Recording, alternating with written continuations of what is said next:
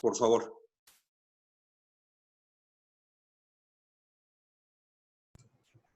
A ver, ¿ahí me escuchan, Sergio? Perfecto, senador. Adelante. Ok, pues muy buenos días. Muchas gracias por estar aquí nuevamente. Randy, te saludo. Sergio, a todos, a todo el equipo. Muy buenos días. Miren, tiene que ver esta intervención con una declaración que hizo el pasado viernes 17 de junio el presidente en Manzanillo, en Colima específicamente, en donde pues manifestó la intención de que pues las aduanas y los puertos pudieran estar bajo el control de la Fuerza Armada Permanente. Entonces nosotros queremos manifestar realmente nuestra amplia y abierta inconformidad en este tema, pues por las siguientes consideraciones. Primero hay que decir que este intento de decreto o lo que pueda llegar a ser o acuerdo que vaya a pronunciar el presidente, afortunadamente todavía no lo ha hecho, pero sabemos que estas cosas primero las anuncia y luego las hace, violaría flagrantemente el artículo 129 constitucional. Por supuesto, también violaría el artículo 90. Hay que recordar que el 129 constitucional señala que en tiempo de paz ninguna autoridad militar puede ejercer más funciones que las que tengan exacta conexión con la disciplina militar. Solamente habrá comandancias militares fijas y permanentes en los castillos, fortalezas, y ahí sigue diciendo, lo que deja claramente dicho es que no puede haber en tiempos de paz ninguna otra actividad para ejercer a la Fuerza Armada Permanente que no sea exactamente la que conecte con, pues precisamente sus labores, con su función exacta. Y luego el artículo 90 establece que la Administración Pública Federal será centralizada y paraestatal y conforme a la ley orgánica que expide el Congreso y que distribuirá, sigue diciendo, los negocios del orden administrativo de la Federación que estarán a cargo de las Secretarías de Estado. O sea que no hay duda de que, bueno, pues los temas administrativos corresponden precisamente a las Secretarías de Estado y por supuesto en ellas recaería este tema que tiene que ver con las aduanas y los puertos. Y estamos hablando de la Constitución en su artículo 129 y en el 90. Pero si no fuera suficiente eso, hay que decir que los artículos 31 y 36 de la Ley Orgánica de la Administración Pública Federal establecen las atribuciones con perfecta claridad para la Secretaría de Hacienda y para la Secretaría de Comunicaciones y Transportes. El 31, en su fracción 12, dice organizar y dirigir los servicios aduanales y de inspección que tienen que ver con la Secretaría de Hacienda y Crédito Público. Y respecto a la Secretaría de Comunicaciones se establece el artículo 36. Ahí, en la fracción 20ª, dice administrar los puertos centralizados y coordinar los de administración paraestatal y otorgar concesiones y permisos para la ocupación de las zonas federales dentro de los recintos portuarios. Pero además, miren, por si todo esto no fuera suficiente, precisamente en el artículo 30 bis de la misma ley establece como atribución de la Secretaría de Seguridad y Protección Ciudadana, entre paréntesis, Guardia Nacional, ahí la tenemos, la siguiente: auxiliar al Poder Judicial de la Federación y a la Fiscalía General de la República cuando así lo requieran para el debido ejercicio de sus funciones, así como a otras dependencias y órganos de gobierno. Esto lo que pretende decir es que, bueno, cuando sea necesario el estar cuidando, como es ahora, pues las aduanas y los puertos, está la atribución ya conferida precisamente en el 30 bis y desde luego las responsabilidades administrativas recaen de acuerdo al 31, pues lo de las aduanas, pues en la Secretaría de Hacienda y de acuerdo al 36, pues que tiene que ver con los puertos, bueno, pues a la Secretaría de Comunicaciones y Transportes.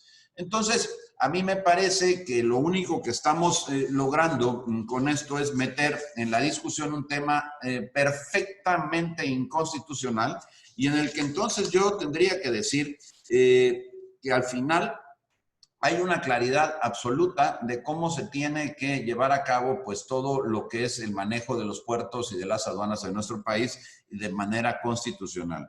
que si hay corrupción, porque el tema aquí es que bajo la bandera de la corrupción, que por cierto no la ataca, nada más si no es declarativamente, porque de otra forma la corrupción en este país no es menor a la que había, es exactamente lo contrario, es mayor a la que había. Este gobierno, si por algo se ha distinguido, es por ir gobernado con una opacidad terrible. Pues me parece a mí que la verdad de las cosas lo único que está buscando es interferir precisamente en los temas que tienen que ver con la Administración Pública Federal bajo el argumento de la corrupción, y bajo esa bandera pues pretende pues acabar con lo que sea, acabar con cualquier institución. Y miren también lo que le señala el artículo 18 de la Ley de Puertos. Dice que la Marina la norma como una autoridad auxiliar para la conservación del orden y la seguridad del recinto portuario. Ahí está ya la autoridad, ahí está ya la disposición reglamentaria para que pueda precisamente estar la Marina al pendiente de aquellas labores que requieran su intervención precisamente en los puertos, y también lo está para el gobierno, para la Guardia Nacional, las que requieran en las aduanas. Entonces, ante lo que estamos es ante una idea de prácticamente militarizar cosas que no necesitan ser militarizadas. Hoy yo creo que lo que le tenemos que decir al presidente es que respete más a la Fuerza Armada Permanente, que le dé y le recupere su dignidad, la que han tenido siempre, la que los mexicanos le hemos reconocido a las Fuerzas Armadas, al Ejército, a la Armada de México, a la Marina, para que podamos estar en condiciones de tener organismos respetados por los ciudadanos, que estén en condiciones de gozar siempre de esa confianza, y que no los meta a labores que no les tocan, que son del orden civil, y que en todo caso ellos tienen que coadyuvar en aquellas tareas en las que sean requeridos. No es necesario. Categóricamente les digo, no es necesario, no es condición de que a partir de la militarización se pueda acabar la corrupción. La corrupción se puede acabar precisamente en donde haya presentando las denuncias. ¿En dónde están las denuncias? ¿En dónde están esos hechos que este gobierno pueda acreditar? En donde se haya dicho exactamente en dónde hay denuncia o dónde hay corrupción y en dónde está la denuncia. Me parece a mí que hay que respetar más al Ejército, más a la Marina Armada de México, recobrar su dignidad, la que siempre, insisto, le hemos reconocido los mexicanos.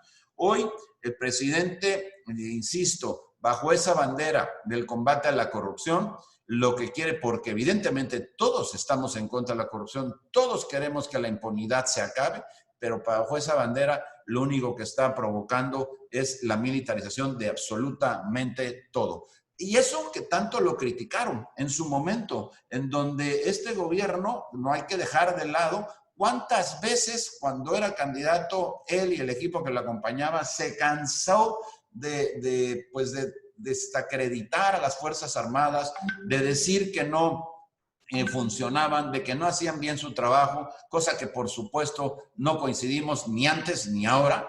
Creemos que hacen un muy buen trabajo. De hecho, incluso hoy ya hacen más de lo que les toca, porque hoy ya están llevando a cabo labores que tendrían que ver con estricta función de la Secretaría de Seguridad Pública, y ahí están las Fuerzas Armadas entrándole al toro, dando la cara, ayudando pues en el país. Pero por favor, no permitamos que el presidente siga lastimando a las Fuerzas Armadas y comprometiéndolas en tareas que no les tocan y que por supuesto a las que pues ellos, pues como buenos milicios, asumen y obedecen, pero en donde tenemos los civiles que reclamarle al presidente que respete a las Fuerzas Armadas y que no las meta en estos avatares en los que, por supuesto, tendrían una alta posibilidad de un desgaste innecesario para ellos. Muchas gracias, senador. Con nuestro segundo tema, el vicecoordinador Erandy Bermúdez. Por favor, vicecoordinador. Muchas gracias, Sergio. Buen día. Julen, felicidades. Disfruta hoy tu día, tu cumpleaños. Muchas felicidades. A todos los compañeros de La Fuente, les agradecemos mucho que nos estén acompañando el día de hoy. Y un tema que les quiero comentar es el tema de lo que ha sucedido en los últimos días, ya de lo que anunció Oxford, AstraZeneca, lo que han anunciado otros países, y es preguntarle al gobierno cómo se está viendo el tema de la adquisición y distribución de las vacunas contra el COVID. Vemos que hay países que ya están haciendo este trabajo y hay que hablar de este tema porque desde un principio, desde el 13 de marzo, el presidente con cada día cambiando las fechas y las cifras de aquello que le llamaban hemos domado la pandemia, hemos domado la curva. Bueno, ha habido una serie de canales de comunicación encontrados, tanto del gobierno federal como también de los estados. Y el tema de la pandemia es un tema que nos agarró a todos, a todo el mundo con esta situación, pero hay que reconocer que hay países que desde antes hicieron la prevención. Hay países que hoy realmente sí han regresado a la normalidad con algunas medidas. Hoy México, desgraciadamente, no hemos podido. Hoy llevamos casi 40,000 muertos ya por el tema de lo que se tienen las cifras. Recordemos que con aquellas cifras que el propio López-Gatell ha dicho y que nos preocupa mucho, que la ciencia y la técnica no la está poniendo al servicio del país, sino él está simulando la ciencia y la técnica para satisfacer los caprichos y necedades del presidente López. Eso nos preocupa mucho y que desde el principio se ha minimizado mucho el virus e incluso la implementación de medidas. Veíamos incluso a la propia Claudia Sheinbaum, al propio gobernador de Tabasco, donde ya frontalmente difieren de lo que dice el propio subsecretario. Nos parece lamentable la ausencia en un tema tan trascendental, el tema de la pandemia, la ausencia total y absoluta del propio secretario de Salud. Ahí incluso podemos ver hasta aquello que el presidente habla de la corrupción, para él todo es corrupción. El propio secretario de Salud está cobrando como secretario de Salud, pero no estamos viendo en dónde finalmente está actuando este secretario de Salud, que nos parece muy lamentable y probablemente es un favor político lo que le está pagando. Y este tema nos preocupa mucho porque el tema de la distribución de las vacunas que esperemos pronto la puedan tener y que México tenga el recurso, por eso es que vamos a exhortar con este punto de acuerdo para preguntarle a Hacienda si tenemos el recurso necesario para poder salir a la compra y sobre todo a la distribución. Recordemos al inicio de la administración cómo el propio presidente, con este pretexto para todo que tiene y que una mentira repetida 1000 veces la ha convertido verdad de la corrupción. Hoy, por ejemplo, en México dejamos indefensos a los recién nacidos con el cuadro básico de vacunación, porque en el país hay un desabasto por el propio tema de este tema que el presidente habla de la corrupción, y entonces se cancelaron no solamente los canales de distribución. Recordemos que esta ocurrencia de ser Hacienda quien compra y distribuye, bueno, ha tenido graves problemas en el tema de salud, y más ahora que hoy lo necesitamos y con estos recortes que se tienen. Y no, yo quiero preguntar al gobierno en este punto de acuerdo, este plan de acción concreto con la federación y los estados, porque vemos que cada uno de los estados está trabajando el tema de la pandemia con respecto a cómo están creciendo los casos. Y no vemos, a diferencia de otros países, cómo es desde la federación donde se coordinan todos los esfuerzos para poder atacar este tema. Y por eso les comento y les recuerdo este tema de los gobernadores, incluso de Morena, que difieren ya. El propio Bonilla, el propio gobernador de Tabasco y Claudia Sheinbaum difieren de lo que dice hoy López-Gatell.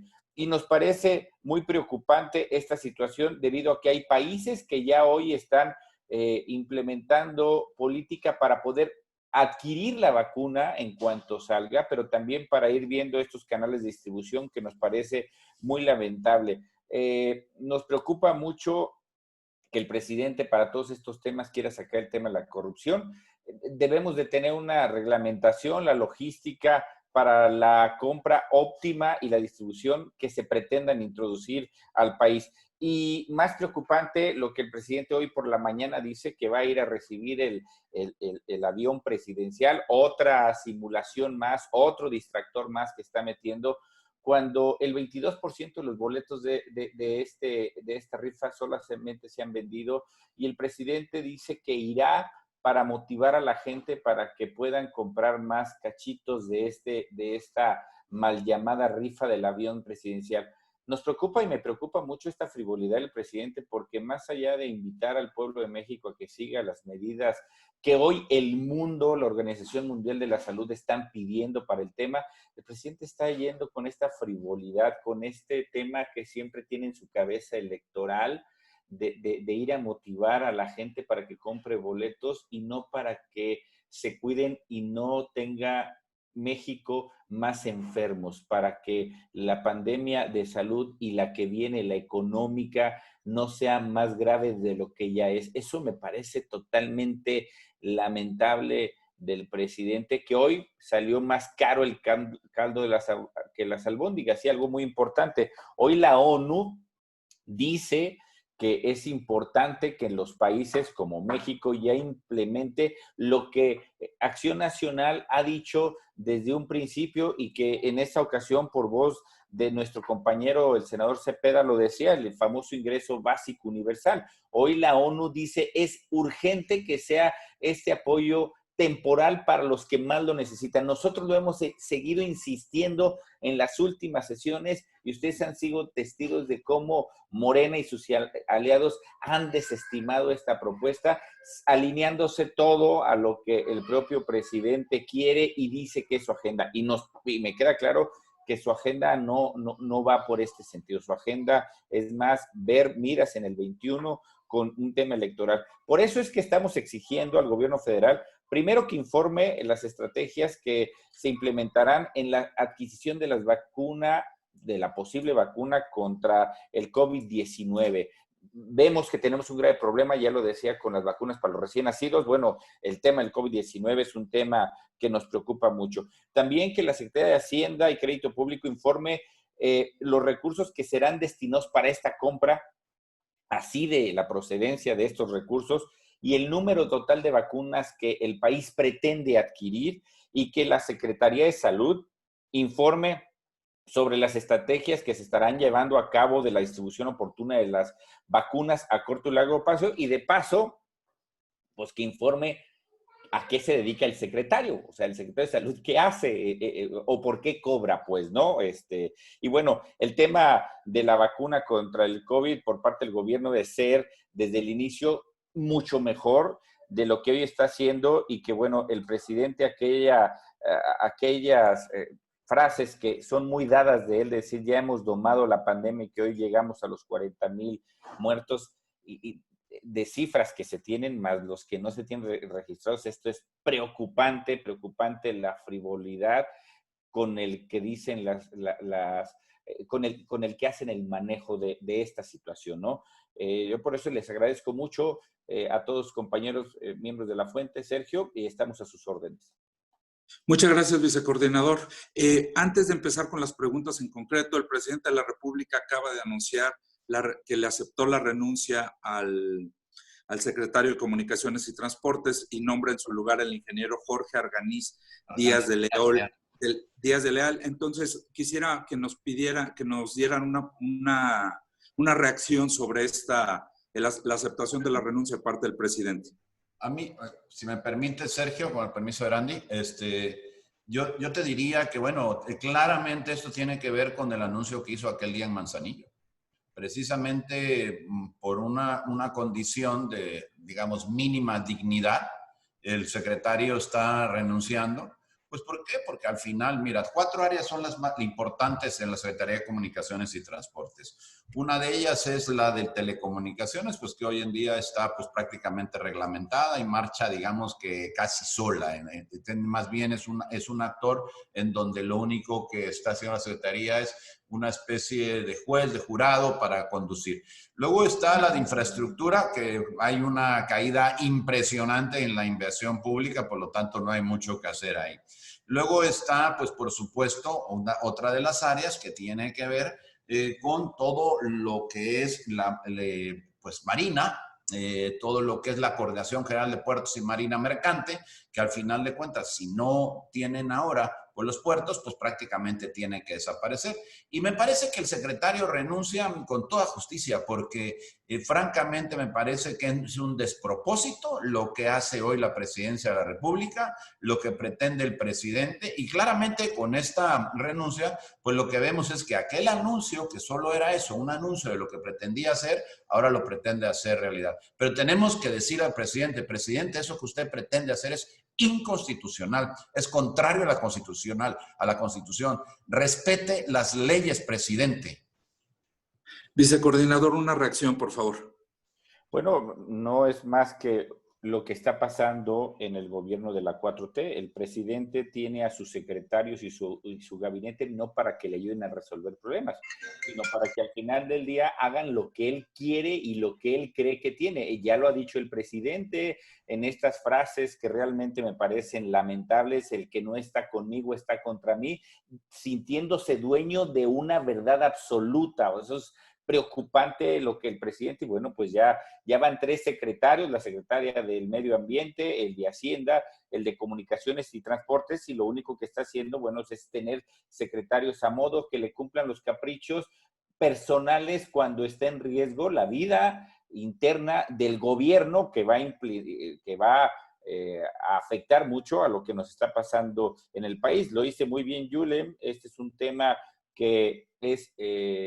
Va contra la Constitución, no es un tema contra los militares, y tan es un tema contra los militares que Acción Nacional siempre ha reconocido el trabajo de lo que ha hecho el ejército. Más bien Morena y sus aliados fueron quienes se opusieron durante los últimos 12 años a este tema de los militares. Y bueno, hoy vemos, dicho sea paso, el presidente utiliza a los militares para agredir a los agricultores de Chihuahua y no para ir realmente por quien tiene el problema, ¿no? Muchas gracias. Empezamos con las preguntas y respuestas. Francisco Rubio, no sé si te pudiste al final conectar. Si no, les doy la pregunta de Francisco. El ejército tiene muchas otras tareas: plantear árboles, construir aeropuertos, construir sucursales del Banco Bienestar, convertir hospitales para atención del COVID-19, entregar insumos para esta pandemia, y ahora se le asigna una nueva con el tema de aduanas. ¿Dónde queda su actividad marcada en la Constitución, senador Rentería? Pues es que eso es justo lo que venimos diciendo. Le han empezado a arrimar distintas tareas al ejército que no son propias de él, o sea, y de la Fuerza Armada Permanente, no solo al ejército, también a la Marina Armada de México. Y me parece a mí que ya con la propia que tienen marcada en la Constitución y la que desarrollan de una manera destacada en, pues digamos, en coadyuvancia a las labores de la Secretaría de Seguridad Pública, las que son propias de la Secretaría de Seguridad Pública, lo que es precisamente eso de cuidar el orden en el país, pues ya es suficiente. Me parece que todo esto que le han agregado simplemente lo que hace es proponer un desgaste a las Fuerzas Armadas que francamente no merecen. Yo creo que hay que reconocerlas, hay que pues, simplemente darles todo el crédito que lo tienen y mucho, pero lo que no podemos permitir es que se sigan desgastando en tareas que tienen, que no son propias, o sea, que en muchos de estos casos incluso vulneran, por supuesto, esos artículos que ya dijimos, del 129 y el 90 constitucionales. Entonces, yo lo que creo es que, al contrario, en lugar de darle más actividades, lo que se tendría es que retirarles actividades, pues que no le tocan a ellos realizar.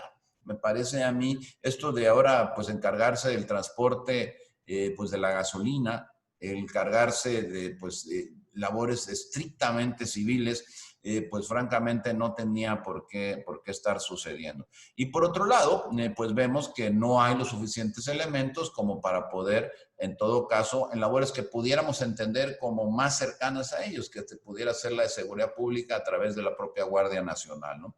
En donde, por cierto, hay una controversia que está, o una acción de constitucionalidad que está pues todavía, como dicen los abogados, un judice, porque se está pidiendo que esto que el presidente hizo de mantenerlas de manera permanente por los próximos 5 años, viola precisamente la reforma en donde se creó, por cierto, la Guardia Nacional.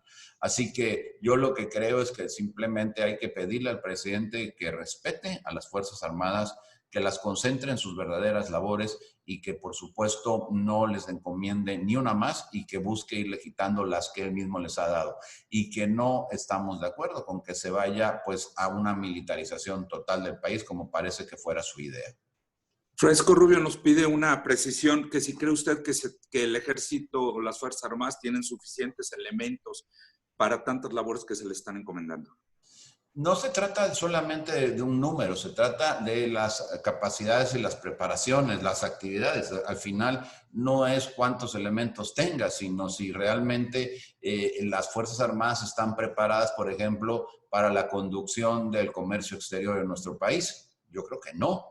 Están preparadas para poder llevar a cabo la tabulación adecuada de todas pues, las tarifas arancelarias, las muchísimas que hay de tarifas arancelarias en el país. Yo creo que no. A mí me parece que están preparadas para una labor superior, seguramente de la más importante que hay en nuestro país, que es el resguardo de la soberanía del territorio nacional. Y por supuesto, en este momento también ayudando a la seguridad pública interior. Pero estas otras tareas, pues no tiene el ejército ni está preparado y no es una cosa de cuánta gente se le puede llegar a proponer, a llevar a un lugar. Lo que nosotros creemos es que simplemente se tienen que constreñir exclusivamente a lo que está marcado en la Constitución, que lo hacen y lo hacen bien. Senador Rementería, le pregunta a Mayolo López si presentará alguna controversia legal contra la militarización de las aduanas y puertos.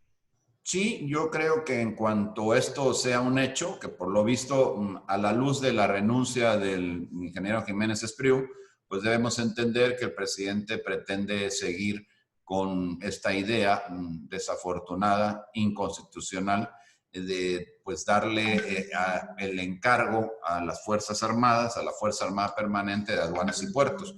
Y en el momento en que eso suceda, veremos si es un acuerdo, si es un decreto o si pretende una iniciativa, que en todo caso ese sería el camino que tendría que seguir, porque de otra forma sería algo inconstitucional que tendríamos que combatir dependiendo de a partir de qué documento. La vía sería, más bien, dependiendo a partir de qué documento es el que él les pediría.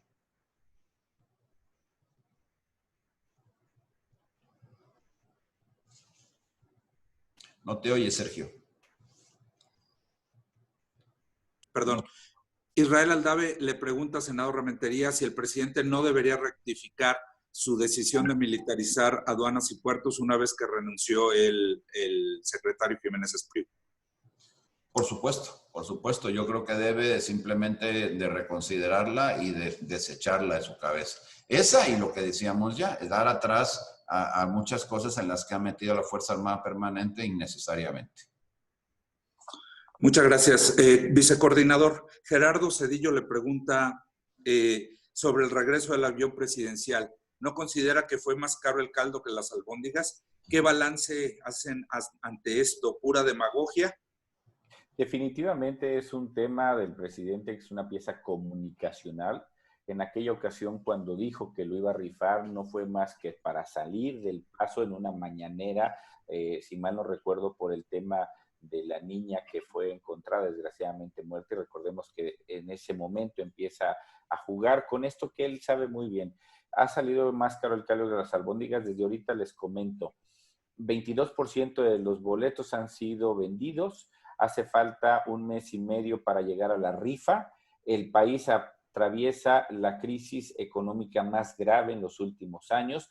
No hay recurso para la frivolidad que el presidente hoy quiere salir y decir que va a ir a recibir al avión como si fuera a hacer un tema realmente trascendental. Y me preocupa mucho que el presidente, y nos preocupa que siga con esta idea de ser el todopoderoso, porque nunca lo he visto yendo a un hospital, yendo a darles aliento a los médicos, a las enfermeras, yendo a ver a los enfermos, como lo hacen otros mandatarios en otro país, y él está yendo o está proponiendo ir a recibir el avión para decir que se compren más boletos para que se lleve a cabo esta rifa que va a dar 20 millones de pesos a cada, por 100 premios de 20 millones de pesos. Definitivamente estas ocurrencias al presidente y no al presidente. Al país le va a salir muy caro. Esto de, que lo decía muy bien el senador Yulem, de querer poner al ejército en todos lados,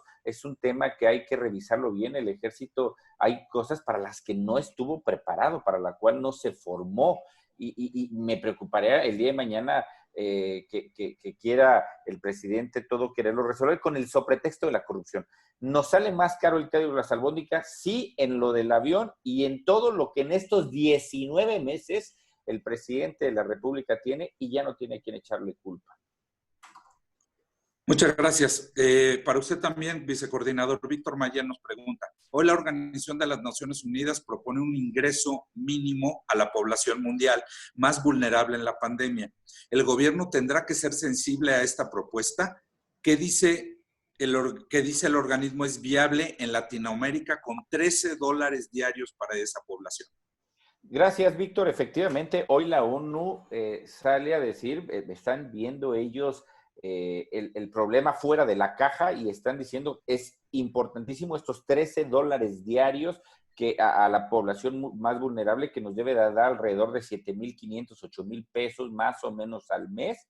Recordemos que Acción Nacional desde un principio propuso el ingreso básico universal temporal cuando se modificó el cuarto constitucional para el tema de la pensión a los adultos mayores, las becas a los estudiantes. Ahí, en voz del senador Cepeda y de un servidor, subimos a la tribuna para que se incluyera este tema solamente en cuestiones donde hubiera un desastre natural, y que sería el propio gobierno el que lo tendría que emitir a través de la Secretaría de Gobernación. Entonces, es preocupante que el presidente haga oídos sordos a todo aquello que viene del exterior y no está en su lógica. Pero cuando hay en su lógica, dicen, miren nada más, organismos internacionales nos están dando la razón.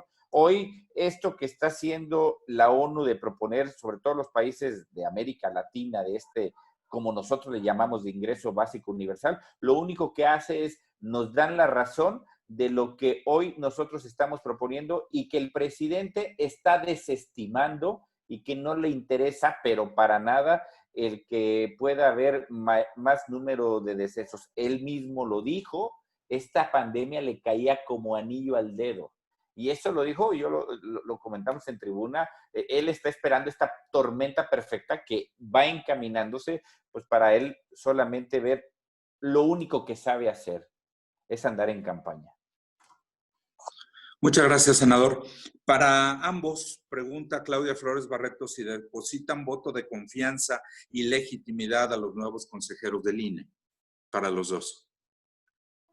Sí, en el caso particular, claro que sí. Vimos una votación en la Cámara de Diputados el día de ayer, donde hubo solamente, si mal no recuerdo, 399 votos a favor, 5 abstenciones y 5 votos en contra, independientemente de lo que el doctor, se me va el apellido, Ackerman de acá, trató de torpedear. Bueno, al final los grupos parlamentarios todos ven con buenos ojos estas 4 propuestas para los nuevos consejeros del INE, y desde un servidor le damos el voto de confianza a lo que nuestros compañeras y compañeros diputados en Cámara de Diputados, encabezados por el coordinador Romero Hicks, dieron la batalla para que pueda entregarle a México un INE autónomo e independiente y que siga siendo garante de la democracia en nuestro país. Muchas gracias, senador Rementería. De la misma manera, a mí me parece que fue un procedimiento ejemplar, lo defendieron bien entre todos los coordinadores, y al final yo creo que tenemos como resultado pues un ejercicio que dejó a 4 personas que seguramente harán pues un esfuerzo para bien de la democracia en nuestro país. Así que pues por mi parte yo me felicitaría como mexicano, como ciudadano de este país, el que se siga fortaleciendo una institución a la que tenemos que cuidar todos, porque a partir de ella y de un buen árbitro, un buen garante del orden democrático en nuestro país, es donde se pueden construir todo lo que se necesite hacer aquí precisamente en México. Finalmente, Gerardo Segura. ¿Estás conectado, Gerardo? Sí, Sergio, muchas gracias. Buenas tardes. La pregunta es en relación a lo del COVID y lo del ingreso básico universal. Muy brevemente les comento, ayer escuchaba una entrevista con Héctor Irán, investigador, sociólogo de la UNAM, y bueno, pues dice que han hecho un estudio muy amplio del COVID. Dice que la gente sigue saliendo en este momento, que es el más peligroso, pero porque se le ha orillado. Y pues se alientan los contagios y se alienta que haya más muerte. Y más muerte entre los más pobres. Dice que si se hubiese ya otorgado el ingreso básico universal, pues se hubiera logrado que muchos se quedaran en casa y se hubiera evitado tanto contagio y tanta muerte. Es decir, el negar el ingreso básico universal también ha provocado miles de contagios y miles de muertes. La pregunta concreta es, si Morena y el gobierno le están dando la espalda y están traicionando al pueblo de México y lo están llevando a más muerte al negarles el ingreso básico universal, que también, ya como lo comentaban, lo recomienda la ONU. Esa es una pregunta y ahorita les hago la otra. Muchas gracias. Gracias, Gerardo. Efectivamente, a ver, el tema de la cuarentena o el de resguardarse uno en casa es un tema clasista, hay que decirlo muy claro. ¿Y por qué es clasista? Porque desgraciadamente en México, con 40 millones de personas de pobres, no pueden quedarse en casa sin ver cuál va a ser un ingreso. Y entonces esto obliga a que tengan que salir a buscar qué llevar de comer a su casa. Vemos cómo hay países que han hecho la tarea muy bien. A ver, vimos lo que hizo El Salvador, lo que hizo Guatemala, lo que hizo países de Centroamérica, a diferencia de lo que hizo México. Bueno, esto es negarle efectivamente el bienestar al que menos tiene, menos puede y menos sabe. Y este tema del quédate en casa, pues suena muy bien solamente en los spots publicitarios, pero un padre de familia que tiene que llevarle el ingreso a su casa, pues no se puede quedar en casa porque no tiene cómo hacer. Y efectivamente Morena y sus aliados son los responsables de que muchas de estas personas tengan la necesidad de salir porque le han negado esta parte. El presidente no ha tocado ni un centavo de la refinería de Dos Bocas y del aeropuerto. Dicho sea de paso, proyectos que en 4 años los 3 no van a estar listos y van a ser unos elefantes blancos, y no lo ha hecho para poder ayudar a quienes menos tienen. Senador Rementería, por favor. Si me lo permite, Sergio Orandi, yo quisiera agregar que no solamente han sido responsables de esto, han sido responsables de que la pandemia crece, han sido responsables de los muertos, de una buena parte de los muertos. Porque si esto se hubiera atendido a tiempo con la información que ya se tenía y con la seriedad que ameritaba el caso, seguramente se habrían evitado pues las tan lamentables pérdidas de vidas humanas. Este gobierno ha tenido una actitud en el manejo de la pandemia criminal. Muchas gracias. Gerardo, tenés una segunda pregunta, ¿verdad? Sí, en relación a esto mismo y derivado de esto, ¿no es hora ya de entrarle a las denuncias penales contra López-Gatell? ¿O cómo hacerle entender que su inacción contra la pandemia está llevando a miles y miles más a la muerte? ¿Cómo podríamos ponerle un alto? ¿Cómo con otras acciones pues hacer que pare esto? Porque pues no pasa nada, sigue él como si nada y sigue López Obrador como si nada también. Gracias. Sí, efectivamente, a ver, la senadora Lili Telles anunció el presentar una denuncia contra López-Gatell precisamente por este tema. Recordemos que la irresponsabilidad, la frivolidad y el hacer uso de una información que tiene él para poder prevenir y hacerla a lo que el presidente le está pidiendo y le está ordenando, bueno, pues esto le trae una responsabilidad totalmente penal. Se estarán presentando, la propia senadora Lili Telles anunció que lo hará, y el día de mañana pues, serán las mexicanas y los mexicanos quienes pasarán a cobrar la factura más cara a ellos por esta insensibilidad que tienen. Pero sí, coincido contigo, hoy amerita esto ya un tema ya lo voy a decir así, hasta de genocidio que está cometiendo por esta negligencia que está teniendo el propio subsecretario y la irresponsabilidad del secretario, que si lo ven por ahí, díganle que el país lo anda buscando. Senador Rementería.